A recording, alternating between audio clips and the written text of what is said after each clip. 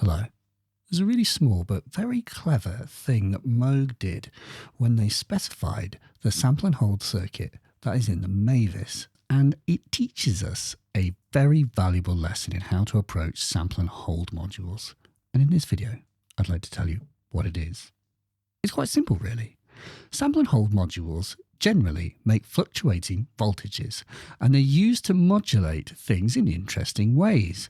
Quite a lot of the time in your traditional subtractive synthesizer, the source that is sampled and holded is often noise. And noise by its definition is noisy and random. And that's cool, but it's not very funky. Randomness, true randomness, just isn't as satisfying as something that appears to be sort of random, but has a kind of a kind of design. And perhaps through economy or perhaps through genius, Moog chose to make the sample and hold in the Mavis a bit weird. And the weird thing is the source, because in the Mavis, the sample and hold source is not noise, it's the oscillator. And an oscillator is not random. It is a cyclic source. It cycles. It oscillates. Because if we use a cyclic source and we trigger the sample and hold cyclically as well, then you get something that sounds a lot less random and a lot more designed. So if I take the output of the sample and hold and I feed it into the cutoff,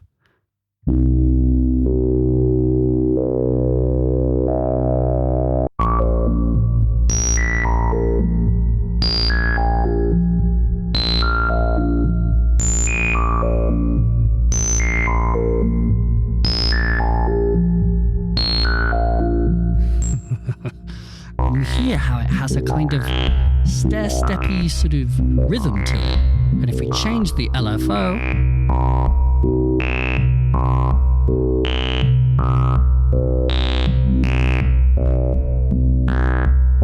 then it will have a different pattern. And if we change the pitch of the oscillator that it is sampling, we will also get a different pattern.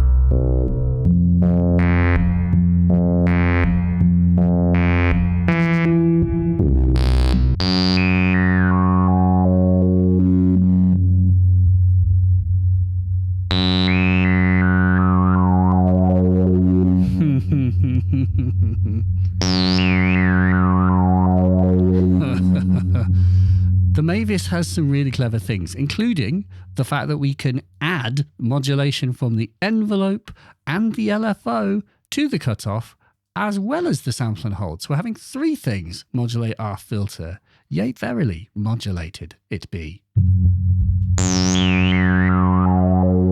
So we've established that a sample and hold circuit has two inputs.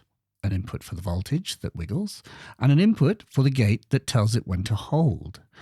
And were I to feed something else that is equally rhythmic, that would be the external clock of an Ovation circuit tracks, then what we will discover is that the sense of design that we've been aiming for gets even more pronounced.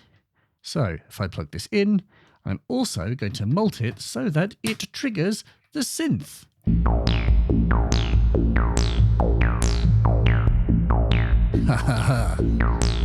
So suddenly we make this even more coherent, because what's happening is every time the Mavis is told to fire a note, it is also sampling the oscillator and creating a sample and hold voltage which is modulating the filter.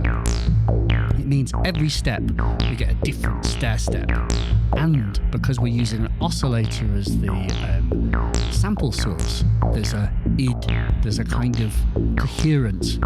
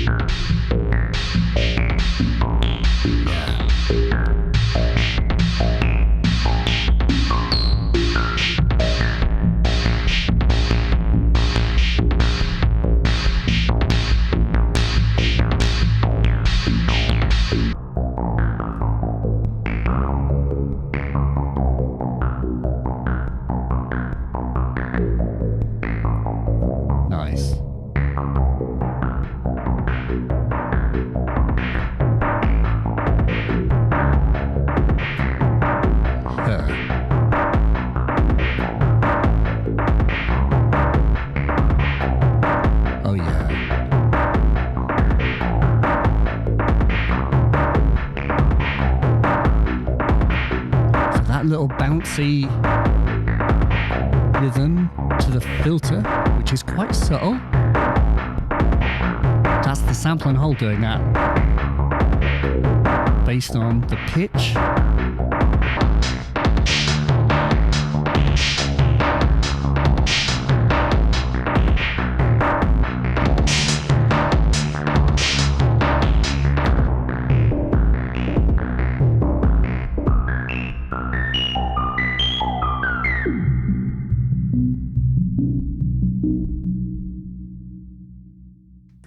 Let this be a lesson that even if you didn't own a Mavis, it's always good to be keeping abreast with the things that crazy synth designers are cooking up, because they have some really good ideas and you can steal them and put them in your modular synthesizer. So consider using an oscillator or some other kind of cyclic source, perhaps an LFO, in order to sample in your sample and hold generator. You will find that it creates rhythmic results if you sample it rhythmically. And it takes a function block that on a lot of synthesizers I don't find that exciting, and I think it turns it into something that is a lot more fun. I've done another video about sample and hold generators. I'll link it below and above. Don't forget about the Patreon. That's patreon.com/MyLaMelodies. Hop aboard. There's a Discord full of good people.